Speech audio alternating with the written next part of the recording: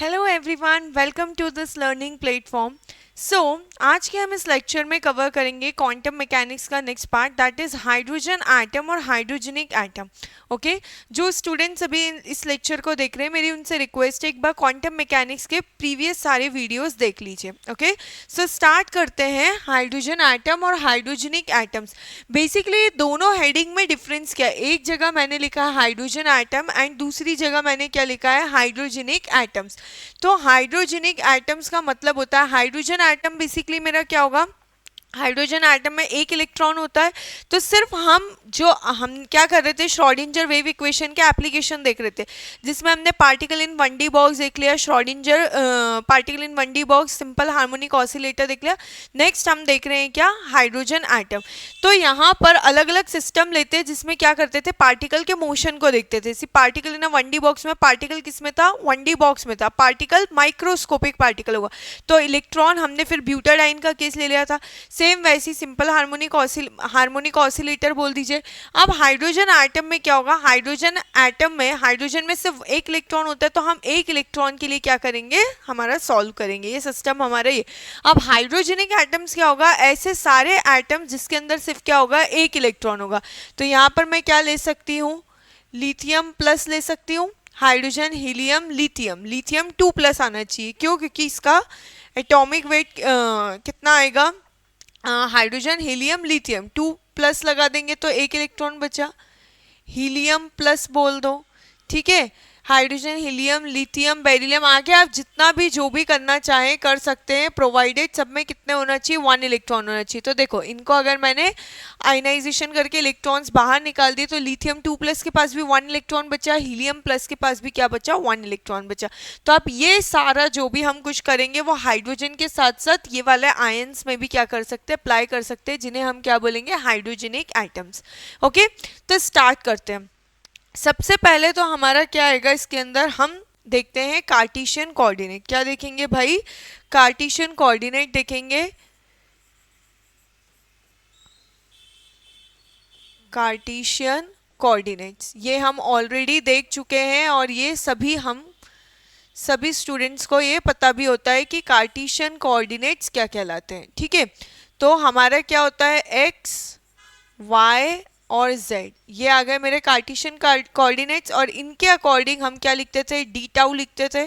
क्या आता था, डी एक्स डी वाई और ये डी जेड, कुछ ऐसा होता था। लेकिन अब अगर मैं किसकी बात करूं, पोलर कोऑर्डिनेट्स की, पोलर साथ में एक वर्ड और लगा देती हूँ, स्फेरिकल, पोलर स्फेरिकल कोऑर्डिनेट्स। क्यों, क्योंकि अब मेरा एटम जो है, एटम जो होता है वो तो स्फेरिकल होगा। हम बाय डिफॉल्ट को क्या मानते हैं, स्फेरिकल मानते हैं, उसके अंदर ऑर्बिट्स में इलेक्ट्रॉन रिवॉल्व करते हैं। तो अब हमें सिस्टम भी पूरा वैसे ही क्रिएट करना होगा। ठीक है, यहाँ क्या आएगा, पोलर स्फेरिकल कोऑर्डिनेट्स। यहाँ पर क्या होगा, जो मेरा x है वो x किसके बराबर हो जाएगा। अब यहाँ पर क्या होगा ना, अलग अलग वो आएगा। सबसे पहले क्या लूंगी मैं, r लिया, r sine theta cos phi. अब क्या होगा, मेरा जो x कार्टेशियन कोऑर्डिनेट में एक्स वाई जेड होता था, वो x की वैल्यू पोलर स्फेरिकल कोऑर्डिनेट में क्या हो जाएगी, r sine theta cos phi. ठीक है, y मेरा क्या हो जाएगा, y हो जाएगा r sine theta sine phi. Clear है, और मेरा z क्या हो जाएगा, z हो जाएगा r कॉस थीटा। ठीक है, ये अलग अलग डायरेक्शंस के अकॉर्डिंग है। फॉर एग्जांपल अगर मेरा स्फेरिकल होगा तो एक नॉर्मल वाला सर्कल जो रहता है उसके अलोंग रोटेशन कर सकता है। एक क्या होता है जो प्रॉपर, जिसे हम बोलेंगे कि एक ऐसे करके पूरा ओवल शेप बना के जो रोटेशन होगा उसका एंगल अलग है। मींस एक एंगल मेरा क्या होगा, अगर ये वाला होगा तो ये कहाँ तक जाएगी वैल्यू, वो रिप्रेजेंट करेगा थीटा को, जो मेरा कहाँ से कहाँ तक जाएगा, 0 to पाई तक जाएगा। और जो मेरा फाई है वो कहाँ से कहाँ तक जाएगा, 0 to 2 पाई तक जाएगा। मीन्स वो पूरा 360 डिग्री एंगल कवर कर सकता है। और मेरा आर क्या है, यहाँ पर आर मेरी रेडियस है। ठीक है, क्या करेंगे, आर यहाँ पर मैं लिमिट्स लिख देती हूँ। लिमिट्स कहाँ से कहाँ तक जाएगी मेरी, अगर मैं बात करूं आर की लिमिट्स कहाँ से कहाँ तक जाएगी, 0 टू इन्फिनिटी, क्योंकि आर तो क्या है बेसिकली मेरा रेडियस है, तो रेडियस में मेरा कहाँ से 0 टू इन्फिनिटी जा सकता है। यहाँ पर कोऑर्डिनेट सिस्टम क्या आ जाएंगे, यहाँ आएंगे आर, थीटा और फाई। ठीक है, क्या क्या आएगा, आर, थीटा, फाई। अब मेरा थीटा की वैल्यू कहाँ से कहाँ तक जाएगी, ये जाएगी 0 टू पाई 180 डिग्री तक, और जो मेरा फाई एंगल है फाई जाएगा 0 टू 2 पाई।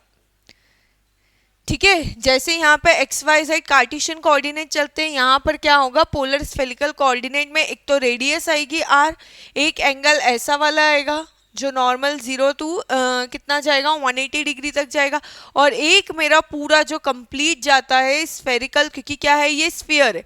स्फीयर में क्या, अगर ध्यान से देखें तो आप इसको ऐसे भी मान सकते हैं, एक रेडियस आ गया, एक मान लो अगर 2D मॉडल होता, 2D के अलोंग क्या जाता, थीटा आ जाता। 3D मॉडल जा रहा है पूरा 360 ऐसा पूरा रोटेट कर सकता है, इसलिए तीसरा एंगल क्या लिया हमने, फाई लिया।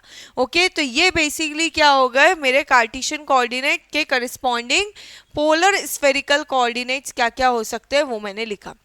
अब देखो यहाँ पर चेंज क्या है, यहाँ पर डी टाउ क्या था, d x d y d z, लेकिन यहाँ पर अब क्या होगा, डी टाउ का वैल्यू अलग होगा। यहाँ क्या आएगा, डी टाउ इक्वल टू आएगा आर स्क्वायर, फिर आएगा मेरे पास आर स्क्वायर लिया,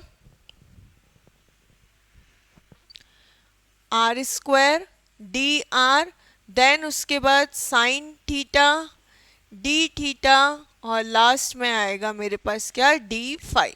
अब से आपको जो डी टाउ लगाना रहेगा वो ये पूरा कंप्लीट, क्योंकि कार्टेशियन कोऑर्डिनेट के अकॉर्डिंग था तो d x d y d z कर लिया, लेकिन अब ये पोलर स्फेरिकल कोऑर्डिनेट का सिस्टम है तो डी टाउ क्या हो जाएगा, r square d r sine theta d phi. Okay, और हाइड्रोजन एटम के लिए इंटीग्रेशन यूज ऑलरेडी हम कर भी चुके हैं, लेकिन यहाँ पर सब कुछ एक फॉर्मेट में लिख लेते ताकि हमें ही मिले। इंटीग्रेशन यूज, कौन सा इंटीग्रेशन यूज होगा, जनरली यहाँ से यहाँ लिखेंगे r to the power n e to the power minus alpha r, कहाँ से कहाँ तक जाएगा, 0 टू इन्फिनिटी, आपको क्या मिलेगा, r to the power n e to the power alpha r d r equal to क्या आएगा, एन फैक्टोरियल अपॉन में यहाँ क्या बन जाएगा, alpha to the power n plus 1। ये इंटीग्रेशन आपको याद रखना होगा, यही इंटीग्रेशन क्या होगा यहाँ पर सबसे ज्यादा हाइड्रोजन आइटम में क्या होगा, यूज होगा। ठीक है, अच्छा एन फैक्टोरियल कैसे सॉल्व करते हैं, कुछ भी नहीं करना, अगर आपको दिया है 6 फैक्टोरियल, क्या दिया है, अगर आपको 6 फैक्टोरियल दिया है तो आपको मल्टीप्लाई में 6 इंटू 5 इंटू 4 इंटू 3 इंटू क्या ले सकते हैं, 3 इंटू 2 इंटू 1 ले लिया। सपोज 3 फैक्टोरियल दिया है तो 3 इंटू 2 इंटू 1। अगर n फैक्टोरियल दिया है तो क्या आ जाएगा, n फिर क्या आएगा, n माइनस 1, फिर क्या आ जाएगा, n माइनस 2, ऐसे ऐसे करके आते जाएगा। क्लियर है, आया समझ में। अच्छा एक और चीज याद रखना, यहाँ पर 0 फैक्टोरियल इक्वल टू 1 ही होता है। ठीक है, ये याद रखना। अब नेक्स्ट, ये तो फॉर्मूले की बात हो गई, सबसे इंपॉर्टेंट यहाँ पर मेरा श्रोडिंगर वेव इक्वेशन लिखनी होगी।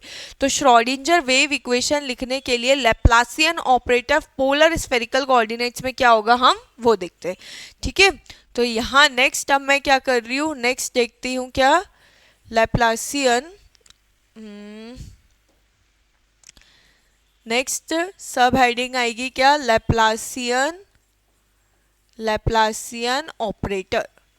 ठीक है, क्या देखेंगे, लैप्लासियन ऑपरेटर को डिस्कस करते हैं। हमें ऑलरेडी पता है कार्टेशियन,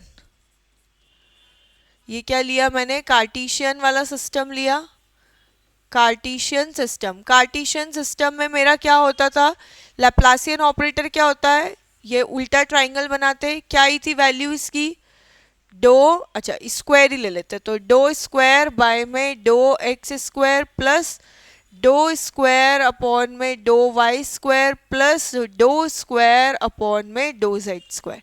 ये क्या था, कार्टेशियन सिस्टम में मेरा क्या था, लैप्लासियन का स्क्वायर इक्वल टू क्या था, डो स्क्वायर बाय डो x square plus dough square by डो y square plus dough square by डो z square.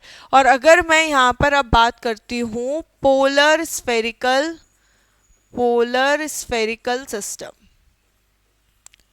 Polar spherical system इसकी बात करती हूँ तो यहाँ पर ध्यान रखना लैप्लासियन क्या आएगा। ठीक है, थोड़ा और इसको नीचे से लिखना स्टार्ट करती हूँ, या तो इसको नीचे लिखती हूँ ताकि मेरा पूरा एक ही लाइन में है। ठीक है, polar spherical, polar spherical system. ठीक है, पोलर स्फेरिकल सिस्टम में देखते हैं क्या आएगा। तो देखो ये करा मैंने लैप्लासियन का स्क्वायर 1 अपॉन में r square dough by dough r square dough by dough r plus 1 upon में आर स्क्वायर क्या आएगा साइन थीटा। देन इसके बाद अच्छा ये वाला जो कंप्लीट एक्सप्रेशन है ये क्या करना होगा, आपको याद होना चाहिए, तभी आप क्या कर पाएंगे, आगे के क्वेश्चन सॉल्व कर पाएंगे, नहीं तो आपको थोड़ा प्रॉब्लम आएगा। ठीक है, ये इसलिए याद करना बहुत जरूरी, बहुत इजी है। 1 अपॉन में r square dough by dough r square dough by dough r plus 1 upon में r square sine theta doh by doh theta, then sine theta doh by doh theta plus 1 upon में यहाँ कितना आ जाएगा r square sine square theta doh upon में doh phi. ये क्या आ गया, पूरा कंप्लीट एक्सप्रेशन आ गया किसका, लैप्लासियन स्क्वायर का आया। क्या आया मेरे पास आर स्क्वायर साइन स्क्वायर, यहाँ स्क्वायर लगा देना। ठीक है, ये क्या है, ये बहुत इंपॉर्टेंट है। अगर आपको थ्योरी वाला पार्ट कभी एग्जाम में एमएससी के जो एग्जाम्स में आता है, ये वाले फॉर्मूले के बिना आपका क्या होगा, डेरिवेशन कंप्लीट नहीं हो पाएगा हाइड्रोजन आइटम का। ये तो बहुत इजी है याद करना, ऊपर वाला तो आपने इजीली याद भी कर लिया है और हम क्वेश्चन प्रैक्टिस कर चुके हैं। अभी क्या करना है, नीचे वाले को याद करने की कोशिश करना है। देखो सब में आर स्क्वायर तो कॉमन है, 1 अपॉन में r square dough by dough r square again doh by dough r plus 1 upon में r square sine theta doh by doh theta sine theta doh by doh theta plus 1 upon में r square sine square theta doh square by doh phi square. ठीक है, अब देखो depend करता है कि आपको क्वेश्चंस कैसे तरह से दिए हुए हैं, उस अकॉर्डिंग क्या करोगे आप ये पूरा यूज करोगे। अगर आपको क्या दिया है, जो वेव फंक्शन है वो आर और थीटा का ही फंक्शन है, तो आप सिर्फ इतना ही यूज करिए। अगर आपको दिया है वेव फंक्शन सिर्फ किसका है, आर स्क्वायर का फंक्शन है, तो आप क्या करोगे, सिर्फ आर स्क्वायर वाला पार्ट यूज करोगे। हम एक दो इसके क्वेश्चन प्रैक्टिस करते हैं जिससे आपको समझ में आएगा। ठीक है, चलिए देखते हैं, हम क्वेश्चन देखते हैं। सपोज आपको क्वेश्चन क्या देके रखा है, क्वेश्चन दिया है normalise the wave function, normalise the wave function psi equal to e to the power minus r for hydrogen like atom, for hydrogen like atoms। Clear है, ये क्वेश्चन देके रखा। देखो अगर उसने मेंशन नहीं करके दिया है आपको कि आर के लिए लेना है, थीटा के लिए, फाई के लिए, तो आपको बाय डिफॉल्ट भले ही function e to the power minus r का देके रखा है, आपको क्या करना पड़ेगा, तीनों को ही कंसीडर करना पड़ेगा, अनलेस अनटिल वो क्वेश्चन में मेंशन करके ना दे। ठीक है, चलो तो सॉल्यूशन स्टार्ट करते हैं। हम क्या करते हैं, नॉर्मलाइज वेव फंक्शन के लिए कुछ भी नहीं करते हैं, हम इंटीग्रेशन लेते हैं, कहाँ से कहाँ तक की लिमिट आएगी। अब यहाँ पे वही चीज़ क्या है सबसे ज़्यादा इम्पॉर्टेंट है कि आपको कहाँ से लेके कहाँ तक क्या करना है, इसको इंटीग्रेट करना है।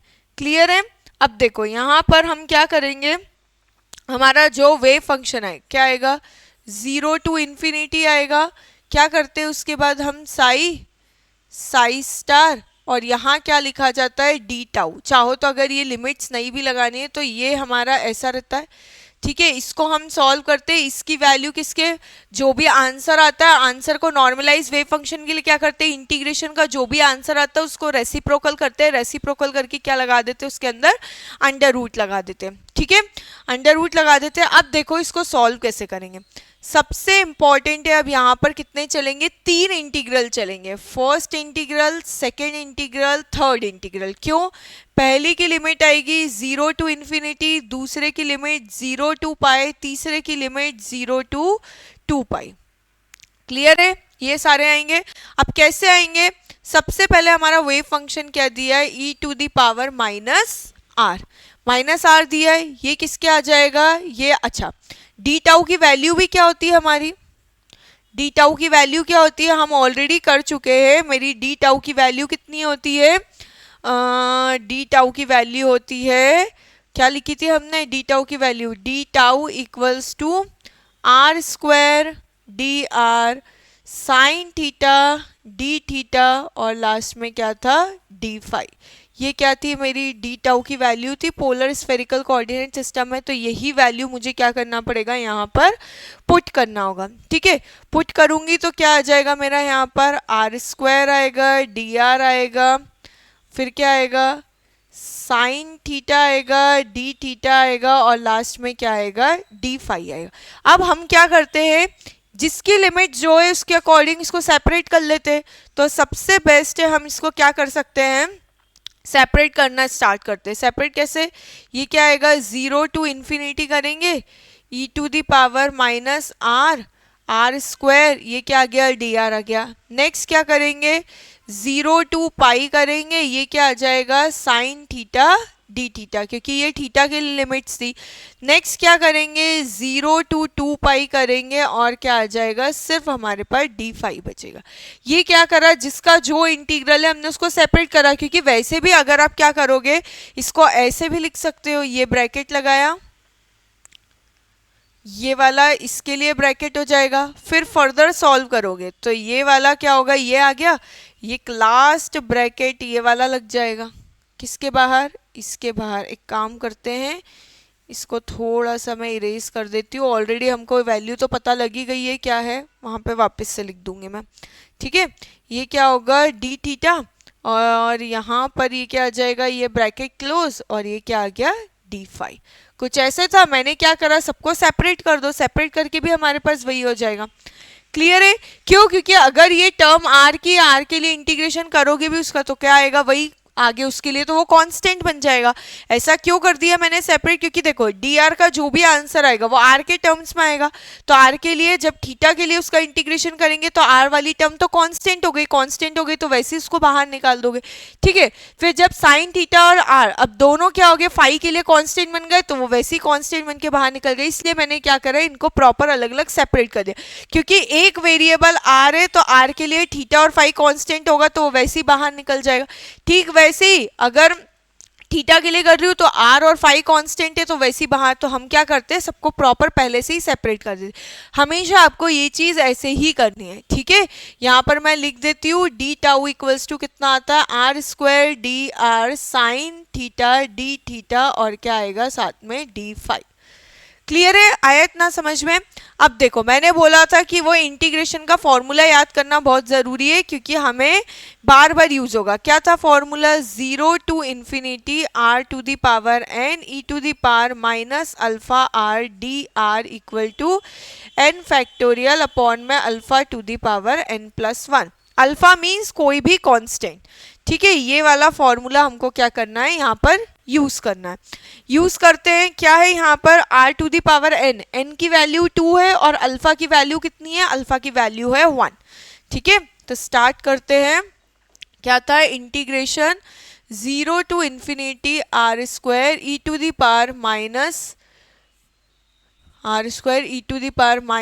Are d r integration 0 to pi sine theta d theta 0 to 2 pi कितना आ जाएगा यहाँ पर डी फाई। क्लियर है, यहाँ से कितना आ जाएगा n की वैल्यू 2 है तो 2 फैक्टोरियल अपॉन में अल्फा की वैल्यू कितनी है 1 देके रखी तो 1 n प्लस 2 2 प्लस 1। ठीक है, इसका इंटीग्रेशन क्या करेंगे इकट्ठा करेंगे। क्यों, आपको जब भी थीटा और फाई वेव फंक्शन में नहीं देके रखा है तो आप इसकी वैल्यू हमेशा याद करके रख लेना, उसको हम फिक्स कर देंगे। ठीक है, तो इधर क्या आ जाएगा इंटीग्रेशन करेंगे, साइन थीटा का क्या आता है integration cos theta minus cos theta आता है और लिमिट्स कितनी लग जाएगी मेरी 0 टू पाई, और डी फाई का करेंगे तो कितना आ जाएगा फाई आ जाएगा और लिमिट्स मेरी कितनी लग जाएगी 0 टू 2 पाई। ठीक है, कुछ भी यहाँ पे नहीं है, 1 का इंटीग्रेशन कितना आ जाता है, 5 आ जाता है। साइन थीटा का इंटीग्रेशन माइनस कॉस थीटा, और मैंने क्या करा, लिमिट्स भी पुट कर दी। क्लियर है। यहाँ पे 2 का फैक्टोरियल 2 इंटू 1 और 1 की वैल्यू क्यूब, कोई फर्क नहीं पड़ेगा 1 का, तो ये कितना आ जाएगा, माइनस कॉस पाई। ठीक है, माइनस कॉस पाई, ये माइनस माइनस क्या होता है, अपर लिमिट्स माइनस लोअर लिमिट, तो ये माइनस लगाया लिमिट का, और क्या आ जाएगा, माइनस कॉस 0 डिग्री। ठीक है, ये कंप्लीट हुआ। यहाँ पर फिर क्या आएगा, ये वाला कंप्लीट कर लो, एक एक ब्रैकेट ही बना देती हूँ सेपरेट। ठीक है, यहाँ क्या आ जाएगा, यहाँ आ जाएगा 2 पाई माइनस 0। सारे ब्रैकेट सॉल्व हो गए। यहाँ कितना बच गया, 2।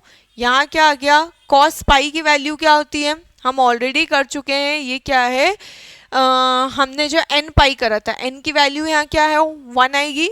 ठीक है, हम ऑलरेडी ये देख चुके हैं ना, हमें पता है cos n pi equal to 1 होता है और माइनस 1 होता है। ये किसके लिए है, n इवन के लिए, और ये किसके लिए, n ऑड के लिए। ठीक है, ये चीज हम ऑलरेडी कर चुके, तो यहाँ पे n की वैल्यू कितनी है, 1 है। ठीक है, 1 क्या है, 1 यहाँ पर n की वैल्यू क्या है, n की वैल्यू 1 है, ऑड है, ऑड में कितनी आ जाएगी, आंसर -1 आएगा। ठीक है, cos n पाई, n की वैल्यू इवन होगी तो 1 आंसर, ऑड होगी तो -1 आंसर। यहाँ पे n पाई, n की वैल्यू बाय डिफॉल्ट कितनी है, 1 है, तो ये क्या आएगा, ऑड में जाएगा, और ऑड में जाएगा तो कितना आएगा, -1 उसका, और क्या आएगा, -1 कॉस पाई की वैल्यू, फिर माइनस कॉस 0 की वैल्यू कितनी होती है, 1 होती है। 1 कैसे होगी, यहाँ पे 0 तो हमेशा 1 ही होता है, हमें पता है इसकी वैल्यू, ये कितना आ जाएगा, -1। ठीक है, ये ब्रैकेट क्लोज करो, वहां से कितना बच जाएगा, वहां से बचा 2 पाई।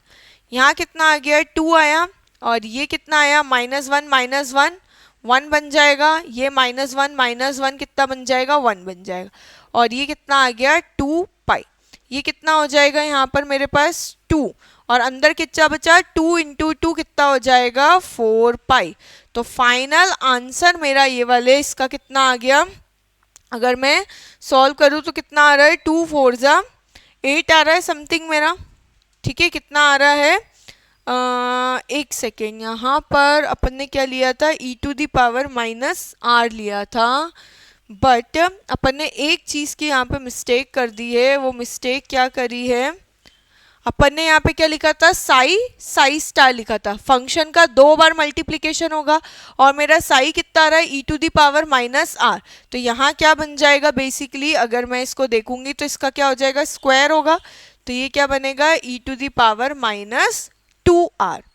क्लियर है, कैसे करा मैंने, ये देखो यहाँ पर ये करा, एक बार लिखूंगी e⁻⁻r, उसका कॉन्जुगेट करूंगी तो कॉन्जुगेट में भी वही आएगा, क्योंकि कोई कॉम्प्लेक्स नंबर आयोटा तो है नहीं जो साइन चेंज करेगा, तो ये भी कितना आ जाएगा, e⁻⁻r, और ये क्या हो जाएगा, डी टाउ। तो माइनस, जब बेस सेम है तो -r कितना हो जाएगा, -2r, तो यहाँ पर भी कितना आ जाएगा, -2r। तो यहाँ से क्या होगा ना, मेरा कुछ भी चेंज नहीं आएगा, सिर्फ मेरी जो n की वैल्यू, ये यहाँ पर ये 2r था, तो अल्फा की वैल्यू कितनी आएगी, 2 आ जाएगी, अल्फा की वैल्यू 2 आ जाएगी, यहाँ पर 8 आ जाएगा, यहाँ पर भी 8 आ जाएगा, यहाँ पर भी कितना आ जाएगा, 8 आ जाएगा। ठीक है, याद रखना मैंने यहाँ पर क्या करा था, ऐसी मिस्टेक से हमें क्या होता है ना, पता भी चलता है। क्या करा मैंने, डायरेक्ट साई अकेले को ले लिया था, साई अकेला तो कितना था, e⁻⁻r था, मैं क्या करना भूल गई थी, उसका कॉन्जुगेट लेना भूल गई थी। वो हमें पता है कि कॉन्जुगेट का कांस्टेंट वाली क्वांटिटी पे, रियल नंबर्स पे कोई इफेक्ट नहीं होता, बट आपको लेना तो होगा ना उसको भी। तो साई स्टार भी कितना आएगा, e⁻⁻r, e⁻⁻r कितना हो गया, e⁻⁻2r। ठीक है, कितना हो गया, e⁻⁻2r, तो 2r मतलब n की वैल्यू तो कितनी हो गई यहाँ पे, 2, वो तो सही थी, लेकिन अल्फा की वैल्यू कितनी हो गई यहाँ पे, 2। क्या लिखूंगी, n की वैल्यू कितनी हो गई यहाँ पे, 2, और अल्फा की वैल्यू भी कितनी हो गई, 2। सिंपल, मैंने ये फॉर्मूला लगा दिया, 2 फैक्टोरियल अपॉन में alpha to the power, alpha कितना था, 2, तो 2 की पावर 2 + 1 दैट इज कितना आ गया, 3 आ गया। क्लियर है, तो ये आ गया मेरा फाइनल आंसर।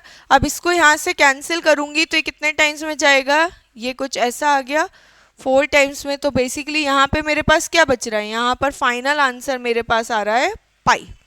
ये आ गया। ये तो क्या आया, इंटीग्रेशन सॉल्व करके आंसर आया। तो मेरा नॉर्मलाइजेशन कांस्टेंट क्या हो जाएगा, नॉर्मलाइजेशन कांस्टेंट, नॉर्मलाइजेशन कांस्टेंट कितना आ जाएगा। इसका हमको क्या करना पड़ता है, रेसिप्रोकल करके और क्या लगाना रहता है, रूट लगाना रहता है। जो मेरा इंटीग्रेशन का आंसर आता है नॉर्मलाइजेशन कांस्टेंट निकालने के लिए, उसको क्या करना है, रेसिप्रोकल करके अंडर रूट लगाना है।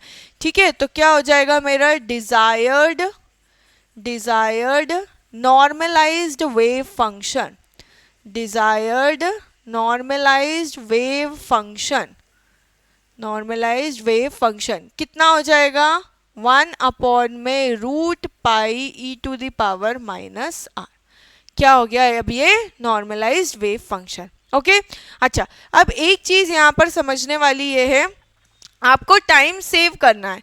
तो टाइम सेव करने के लिए आपको क्या करना है, हमेशा जो ये वाला पार्ट है, अगर आपके क्वेश्चन में थीटा क्या था, यहाँ पे जो साई देके रखा था सिर्फ आर का फंक्शन दिया था, लेकिन अपने को बाय डिफॉल्ट थीटा और फाई लेकर तो चलना होगा। तो आपको याद रखना होगा कि अगर कोई भी मेरे फंक्शन में थीटा और फाई के रिस्पेक्ट में कोई भी टर्म्स नहीं है, और अगर आप इसको लिखते हैं सिर्फ खाली इतना 0 to pi sine theta d theta integration 0 to 2 pi d phi, इसकी वैल्यू किसके बराबर आती है, 4 पाई के। ये देखो ये हमने निकाला भी है, कितना आता है, 4 पाई। तो आपको इतना ही बार बार सॉल्व नहीं करना, अगर बाद वाली टर्म आए आप सीधे 4 पाई लिखिए और क्वेश्चन जल्दी से आपका सॉल्व होगा। This will save your time for doing another questions. Okay, चलिए तो देखते हैं हम आगे क्या करते हैं। ये हो गया। नेक्स्ट क्वेश्चन हम ऐसे ही रिलेटेड करते हैं, इससे रिलेटेड क्वेश्चन क्या है, क्वेश्चन ये है, क्वेश्चन है नॉर्मलाइज, अगेन वही है, normalise the wave function, normalise the wave function for 1s orbital, 1s orbital of hydrogen atom, 1s orbital of hydrogen atom such that psi for 1s। ठीक है, wave function for 1s orbital आपको देके रखा है e to the power minus r by a naught, where a naught is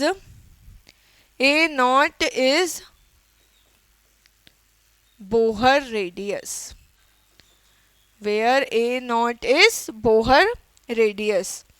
clear है, ठीक है।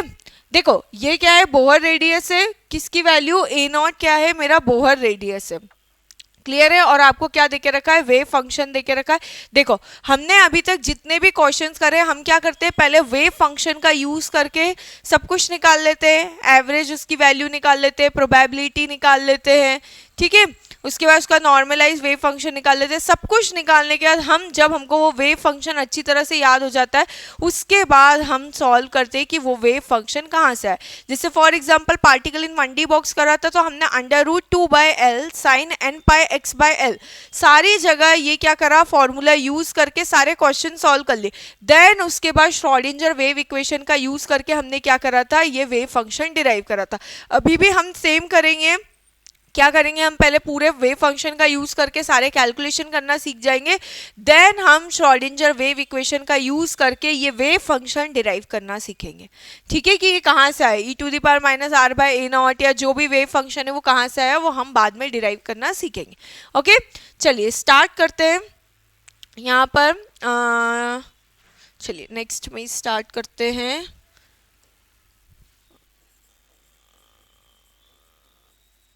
Solution, ठीक है, सॉल्यूशन करना स्टार्ट करते हैं यहाँ पर।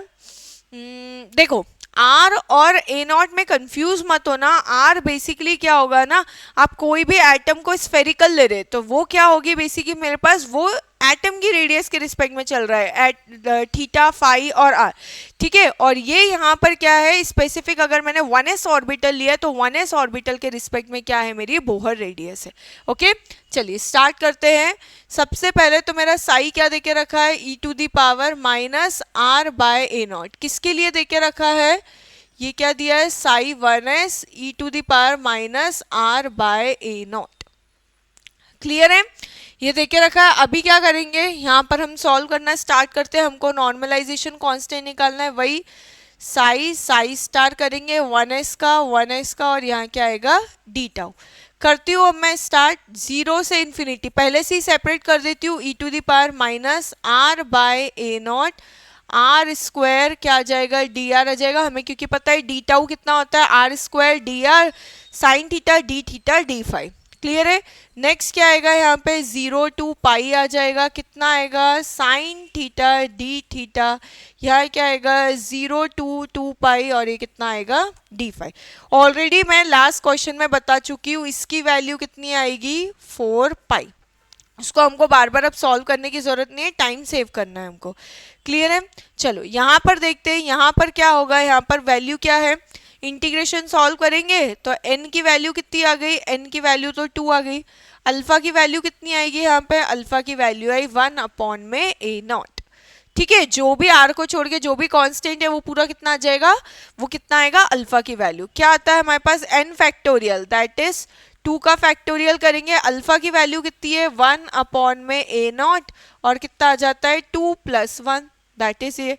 ठीक है, मैं यहाँ पे साइड में एक बार इंटीग्रेशन लिख देती हूँ ताकि आपको समझ में आए।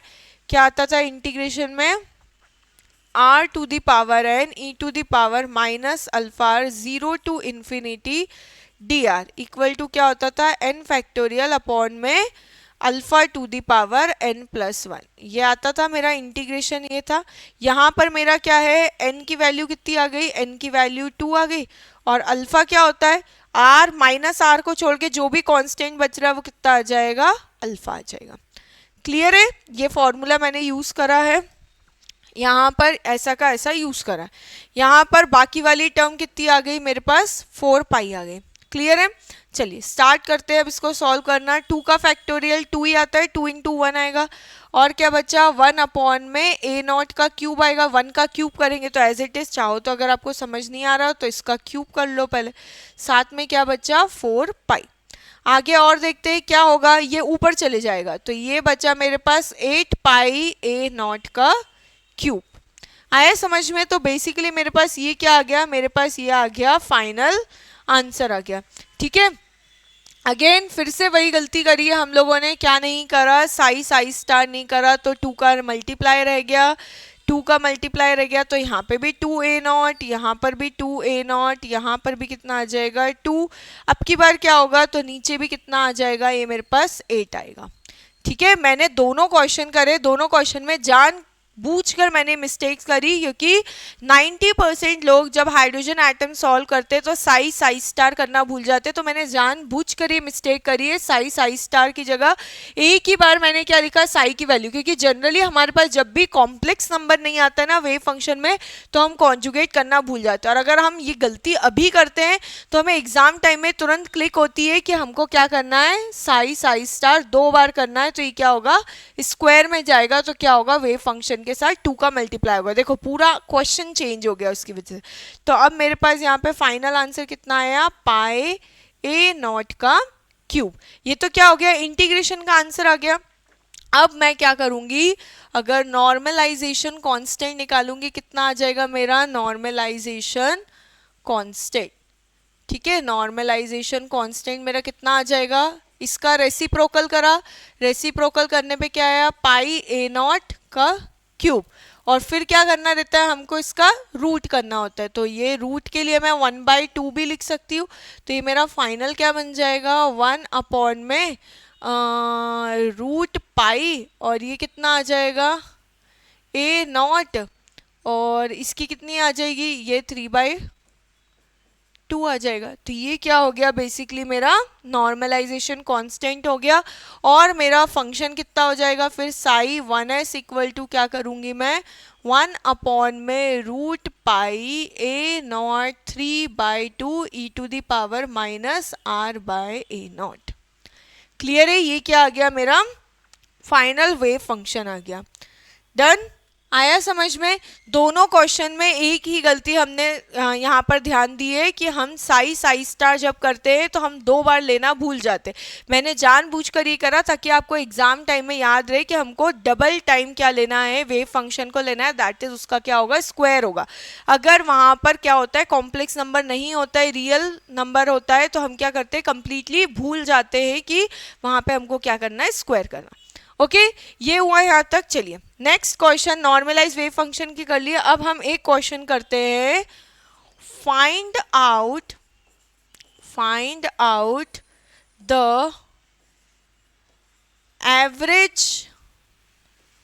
Average value of r, that is ये निकालना है अपने को for 1s orbital of hydrogen atom. ठीक है, अब देखो हमने वेव फंक्शन तो ऑलरेडी ऊपर निकाल लिया है, ये है मेरा वेव फंक्शन, ऑलरेडी मैंने निकाल के रख लिया है। ठीक है, अभी मुझे क्या करना है, मेरे जो एवरेज आर निकालना है। ठीक है, क्या निकालना है, एवरेज आर निकालना है। जैसे हमने पार्टिकल इन 1D बॉक्स में करा था पार्टिकल इन 1D बॉक्स के लिए हमने क्या निकाला था, एवरेज वैल्यू ऑफ एक्स निकाली थी, एवरेज वैल्यू ऑफ क्या निकाली थी, मोमेंटम निकाला था। देखो जो लेंथ है वो तो 0 to L अलग है, लेकिन जो आपका कोऑर्डिनेट होता है वो तो पूरा एक्स लेके चलेंगे, तो एक्स का भी एवरेज मतलब 0 to L लेंथ है, लेकिन मेरा जो पार्टिकल है एवरेज मतलब सबसे ज़्यादा जैसे हम करते हैं ना कि पूरी क्लास का टोटल मार्क्स आ जाते हैं हर बच्चों का, फिर हम बताते हैं ऑन एन एवरेज मार्क्स कितना रहा बच्चों का। जैसे मार्किंग होती 33 to 100 तक में, कुछ बच्चों का 90 प्लस रहा है, कुछ बच्चों का 70 के बिलो रहा है, कुछ बच्चों का 80 प्लस रहा है, कुछ का 7।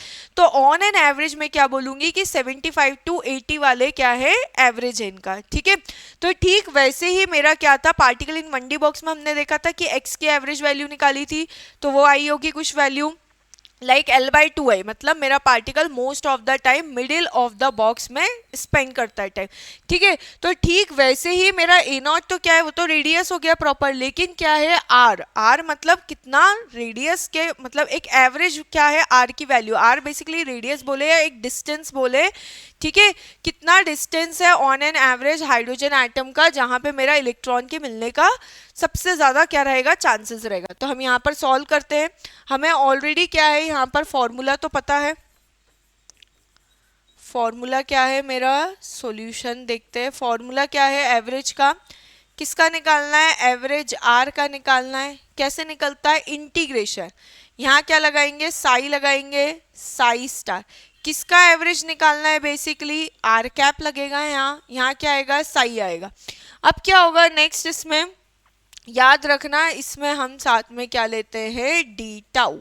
सब कुछ वैसा का वैसे, ये सेम फॉर्मूला सब जगह सारे सिस्टम में सेम फॉर्मूला लगेगा, बस क्या होगा मेरा थोड़ा थोड़ा चेंज होगा। अब यहाँ पे वेव फंक्शन और डी टाउ चेंज होगा। ठीक है, अब हमको पता है ऑलरेडी यहाँ पर मेरा वेव फंक्शन कितना आता है। सबसे पहले तो 3 इंटीग्रल लगा दो, 0 से इन्फिनिटी, 0 से पाई, 0 से 2 पाई। मेरा वेव फंक्शन कितना आएगा, यहाँ पर आएगा 1 में रूट पाई ए नॉट की पावर 3/2, कितना जाएगा, e to the power minus r by a nought. इसका कॉन्जुगेट करेंगे तब भी यही आंसर आएगा, तो मैं डायरेक्ट यही आंसर लिख दे रही हूँ, कॉन्जुगेट नहीं लगा रही हूँ। ठीक है, अब क्या होगा, यहाँ पे आर कैप का आर ही होता है, हम ऑलरेडी देख चुके हैं, जो पोजीशन वाले कोऑर्डिनेट होते हैं उनके ऊपर कैप लगता है, उनकी वैल्यू वही की वही रहती है। फिर से क्या आएगा, साई आएगा, तो 1 में root pi e to the a to the power a nought to the power 3/2, साथ में क्या आएगा, e to the power minus r by a nought. साथ में कितना आ जाएगा, ये पूरा कंप्लीट करेंगे, क्या क्या आएगा यहाँ पर, डी, अच्छा एक और चीज, r square d r sine theta d theta and d phi. ये सब कुछ एज इट इज लग जाएगा, हमको क्या करना पड़ेगा, सभी के लिए प्रॉपर सॉल्व करना।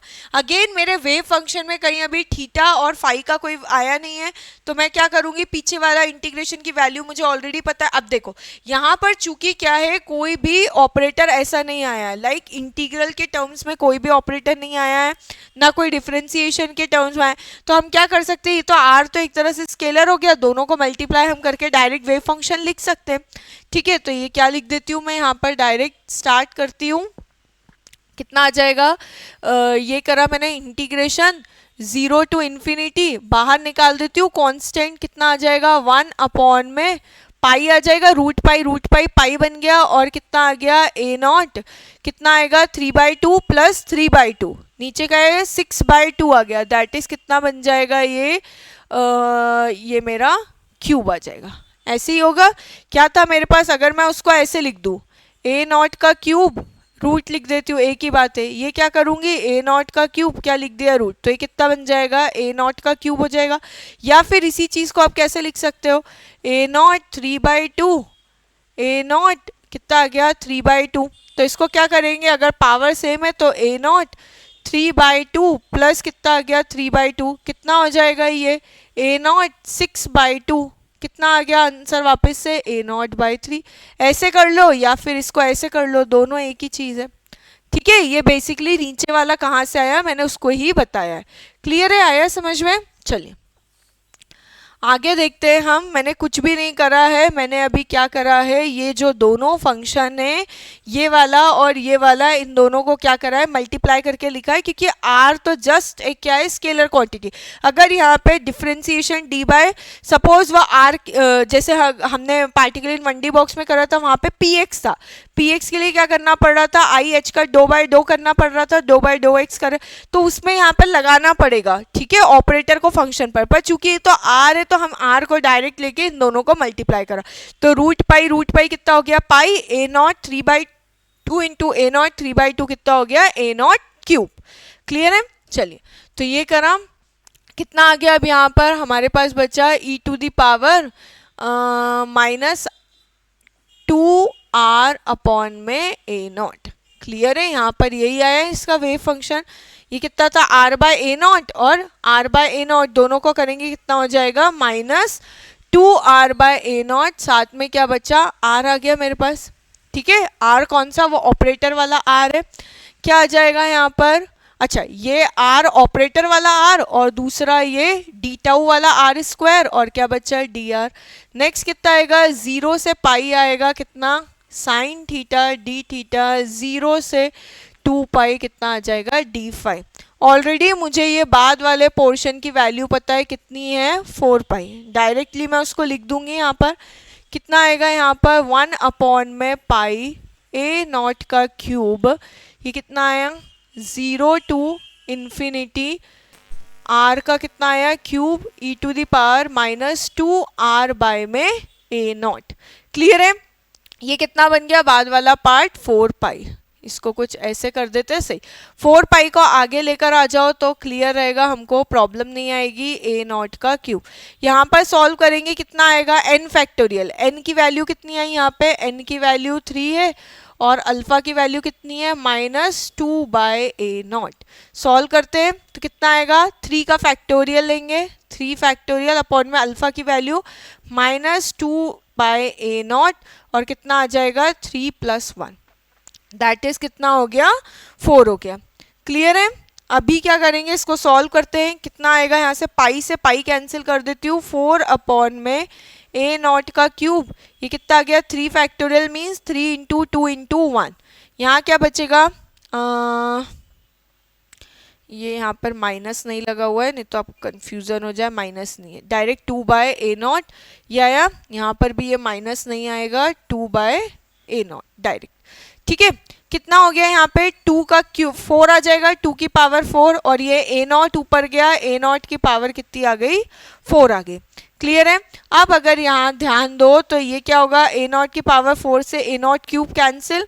ठीक है, और क्या करती हूँ फिर क्या आ जाएगा 4 इंटू 3 2 जा कितना आ गया 6 आ गया, नीचे क्या आ गया ओपन कर लेते 2 इंटू 2 इंटू 2 इंटू 2 कर लिया, ठीक है। ये 2 2 ज़ा 4, 2 4 कैंसिल हो गया, कितना बचा मेरे पास 6/4, दैट इज कितना आ गया 3/2, ठीक है। और साथ में क्या बचा हुआ है, ये ए नॉट बचा है, ये ए नॉट और ये a nought, that is average value of r for 1s orbital of hydrogen atom is 3/2 a nought. क्या हो जाएगा मेरा फाइनल आंसर अगर मैं रिपोर्ट करूं तो क्या हो जाएगा, r equals to 3/2 a naught, ठीक है। मतलब जो हमारा बोहर रेडियस है उसका 3/2 करेंगे तो हम वो क्या आएगा, एवरेज आर की वैल्यू आएगी। आर क्या है, बेसिकली कोऑर्डिनेट सिस्टम है, ठीक है। जैसे आप एक्स वाई जेड लेते हो अलग अलग डायरेक्शन में, वैसे आर क्या बताएगा, रेडियस वाले पार्ट को बताता है। थीटा मेरा क्या होगा, 0 to 180 डिग्री वाले एंगल को रिप्रेजेंट करेगा, एंड फाई रिप्रेजेंट करेगा 0 to 360 डिग्री वाले एंगल को, ओके। तो ये हमने हाइड्रोजन एटम का बेसिकली यूज करने वाला पार्ट देखा है। किसका यूज, डी टाउ को हम कैसे यूज करेंगे, ठीक है। डी टाउ का यूज कैसे होगा, वेव फंक्शन के साथ आपको r square d r sine theta d phi को आपको लेना होगा, ओके। नेक्स्ट लेक्चर में हम समझेंगे कि कैसे हम अब इन वेव फंक्शन को डिराइव करना सीखें। हमने यहाँ पर क्या कर लिया, नॉर्मलाइजेशन करना सीख लिया हाइड्रोजन एटम का और एवरेज वैल्यू निकालना सीखा। अब हम क्या करेंगे, ये जो आप वेव फंक्शन आपको गिवन है e⁻⁻r/a0 सब जगह देके रखा है, ये कैसे आया, तो हम इसका श्रोडिंगर वेव इक्वेशन किस पे अप्लाई करेंगे, अब हाइड्रोजन एटम पे, okay. That's all for this lecture, मिलते हैं नेक्स्ट क्लास में। Thank you, keep learning, keep growing.